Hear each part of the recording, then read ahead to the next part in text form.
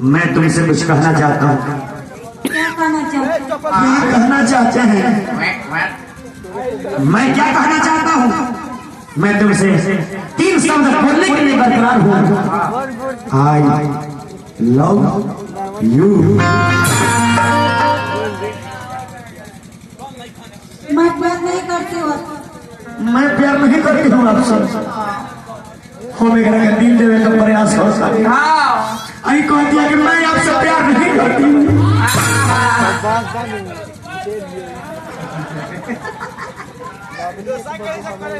जब से तरह के देख लो बनी खाना खाता नहीं बहुत दुआ में तू ही नजर आवा तारू। पानी पिया नहीं पानी में तू ही नजर आवा तारू। एक दिन पारा का पखेड़ लेके जाते रहती बहुत भाई देख लो पखेवा में तू ही नजर आवे लगल। पारवा के नाम बोलता नहीं थुथुनिया का मुँह आदि कुछ दुनिया का मुँह आदि लड़कवा सहतियन से लड़किया का नंबर उठिया के और घरे फोन कइलो बा। घरे फोन कइलो बा मोबाइल का भइल लड़किया के बाबूजी फोन उठावता रहे। लड़को कहते कि हेलो डार्लिंग। हेलो वो कहता रहे मैं डार्लिंग बोल रहा हूँ। उनका भाई उठा देने को आता हेलो डार्लिंग। भाई उठा देने को आता हेलो डार्लिंग।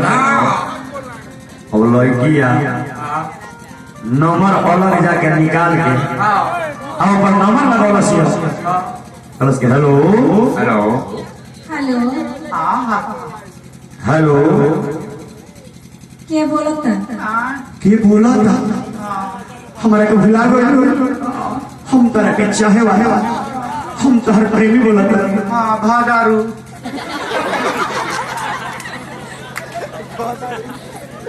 जी काय फोन कोले बनी? काहे फोन कइले बानी? हम तरह के पहले जौन गांव के बहरिया बानू बरबर के बचिया 5 बजे सांझी के वो बताओ तनी कि हम काहे के फोन कइले बानी। ठीक बा हम आवतन। ओहे लड़का का बोला लड़की आई नहीं लड़का लड़की जब पहले मिलल बार राजा हरिशंकर जी के बहरी बोलाई केना बानी धोती न पहने मंगा ए महाराज कुछ आई गमछियो लपेट नहीं केना बानी ना सामने आई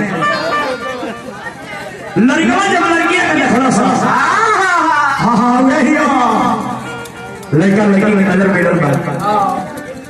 लड़का सा क्या चुना गइलू? हां हां तरह से बहुत पर्सनल बात बोले कर हम बोलोलो बोलो बोली का कहते हैं? का कहता नहीं काहे के बुलाई हो बोली? काहे को बोलनी हम बोली तू नहीं खुजान के कोनो लड़का कोनो लड़की के गांव का बहरी चेवर में कौन राम जन मानस के पाठ करे खातिर बुलावेला। जब से पता के देखले बानी ए डाली ना हमारा खाना नहीं मन लगता ना पानी नहीं मन लगता। जब से देखले बानी हम तारा में खोल चाहता नहीं तारा से मिलना चाहता नहीं। लड़का बहुत ले जाओ आगे बढ़ जाएंगे परमोद प्रेमी जी के लय हम हर जगह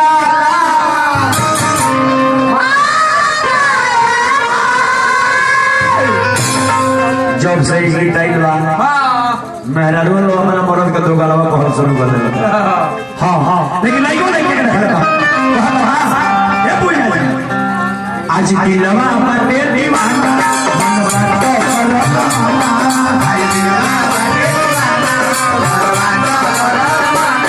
आज दिलवा बाटे दीवाना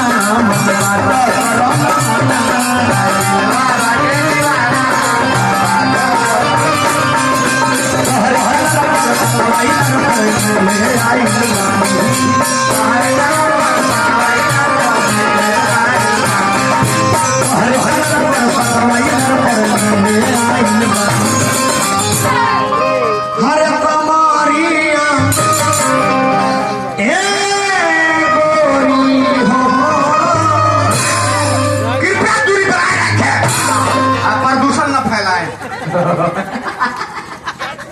कृपया दूरी बनाए रखें। इसमें आपको क्या मजबूरी है? अरे महाराज बीच में नंगा ताड़ है। बीच में लाना तार है। हाँ तो 3 बटना में कबोर्ड का लिखे बैठा लिया। अरे कमारिया घर गए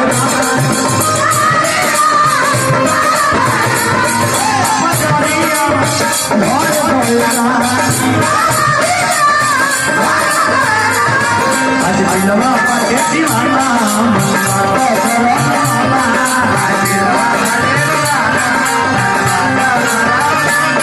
आज दिलवा पाके दीवाना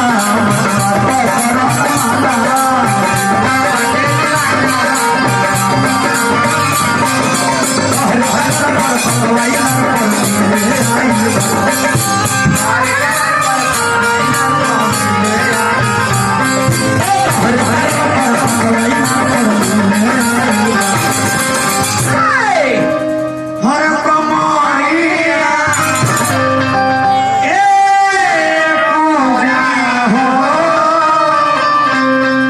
अरे कमारिया घर गया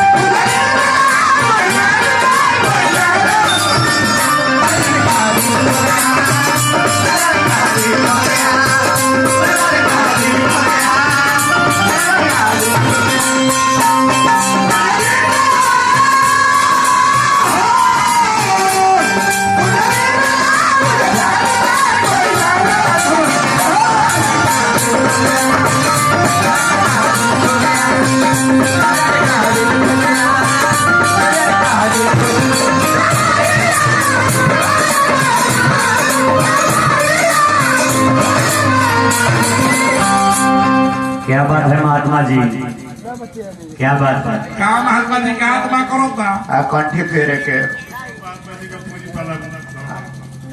मैं महात्मा जी का कौन पूजी पड़ा फसल हे महाराज सीता से प्यार किए राम हो गए, राधा से प्यार किए श्याम हो गए। आप इस कलयुग में भी एक प्यार किए थे जबरदस्ती हरिप्रीत से, वो आसाराम हो गए। लेकिन सुनो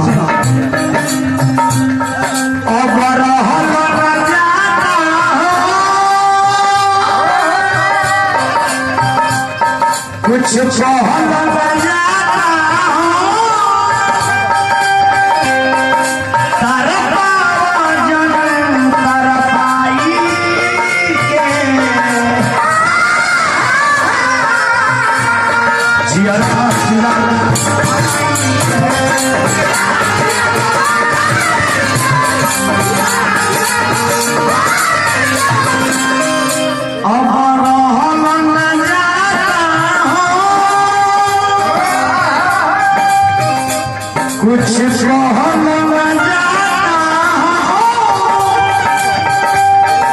तारा पाजन तारा पाई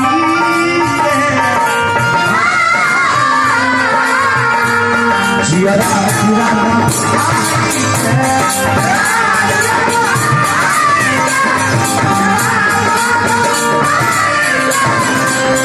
आओ है आओ कम से कम ओढ़नी ना ओढ़नी यही नहीं सुनाओ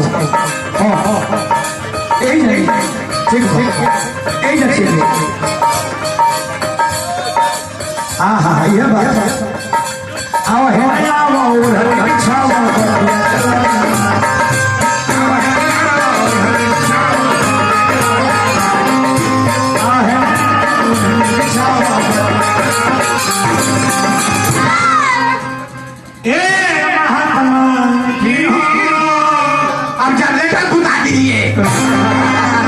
गुरु भाई कथा कहता लू मेनू भाई कथा कहता महात्मा जी के लोग महात्मा जी तो महात्मा जी का ठीक लगा हाँ हाँ अरे कमारिया घर